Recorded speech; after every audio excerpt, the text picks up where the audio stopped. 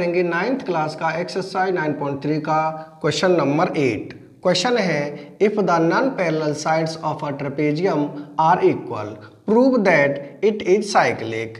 यानी कि हमारे पास है कि ए बी सी डी एक ट्रेपेजियम है, ये डायग्राम हमने बनाया हुआ है। इस ट्रेपेजियम में इसकी जो नॉन पैरेलल साइड है यानी कि ए डी और बी सी वो इक्वल है, तो हमें प्रूव करना है कि ये ए बी सी डी है एक साइक्लिक है। साइक्लिक प्रूव करने के लिए सबसे पहले हम डी से परपेंडिकुलर ड्रॉ करेंगे ए बी पर डी ई, यानी कि डी ई परपेंडिकुलर ड्रॉ किया ए बी पर, और सी से सी एफ परपेंडिकुलर ड्रॉ किया ए बी पर।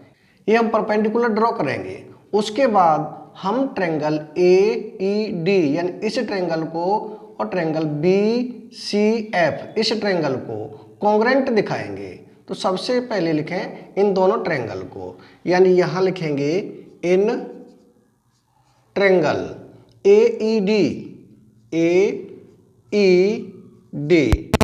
And triangle B C F इस ट्रायंगल, यानी इस ट्रायंगल को और इस ट्रायंगल को यहाँ लिखें ट्रायंगल बी सी एफ। इन दोनों ट्रायंगल को हमें कॉन्ग्रेंट दिखाना होगा। तो इसके लिए हम देखेंगे कि यहाँ एंगल 90 डिग्री का बनेगा और यहाँ 90 डिग्री का बनेगा, क्योंकि ये डाले गए परपेंडिकुलर हैं। तो हम लिख सकते हैं एंगल ए ई डी ये एंगल इक्वल होगा एंगल बी एफ सी के, इस एंगल के इक्वल होगा। इसे हम लिखें angle A E D equal होगा angle B F C. Bracket में लिखेंगे ईच 90 डिग्री, क्योंकि दोनों ही 90 डिग्री के हैं। और दूसरा पॉइंट हमें देखेंगे कि जो ए डी है बी सी के इक्वल है, क्योंकि क्वेश्चन में ये दिया हुआ है कि उसकी जो पैरेलल साइड नहीं है वो दोनों ही इक्वल हैं। तो हम लिख सकते हैं A D equal to B C. ये हो जाएगा हमारा दूसरा पॉइंट, यानी कि A D equal to B C. Bracket में लिख देंगे गिवन। तीसरा पॉइंट हम देखेंगे जो डी ई है वो सी एफ के इक्वल होगी। क्यों होगी? क्योंकि दो पैरेलल लाइन के बीच की दूरी है, यानी distance between two parallel lines. तो इसे हम लिखें डी ई, या लिखें डी ई इक्वल टू होगी सी एफ। ब्रैकेट में लिखेंगे distance between two parallel lines, यानी दो पैरेलल लाइनों के बीच की डिस्टेंस हमेशा इक्वल होती है, चाहे वो कहीं भी हो। तो ये हमारे 3 पॉइंट इक्वल हो चुके हैं। इसका मतलब ये दोनों ट्रायंगल हो जाएंगे कॉन्ग्रेंट। ट्रायंगल ए ई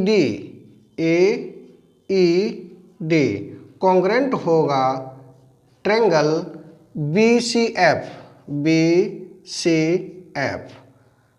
ये हो जाएगा, इसमें एक तो 90 डिग्री का है और दो साइड है, तो इसका मतलब हो जाएगा वाई आर एच एस, यानी आर एच एस रूल से दोनों ट्रायंगल हो जाएंगे कॉन्ग्रेंट। अगर ये दोनों ट्रायंगल ये ट्रायंगल और ये ट्रायंगल दोनों कॉन्ग्रेंट हैं, तो इसका मतलब एंगल ए और एंगल बी ये भी दोनों इक्वल होंगे। ये हो जाएंगे by C P C T.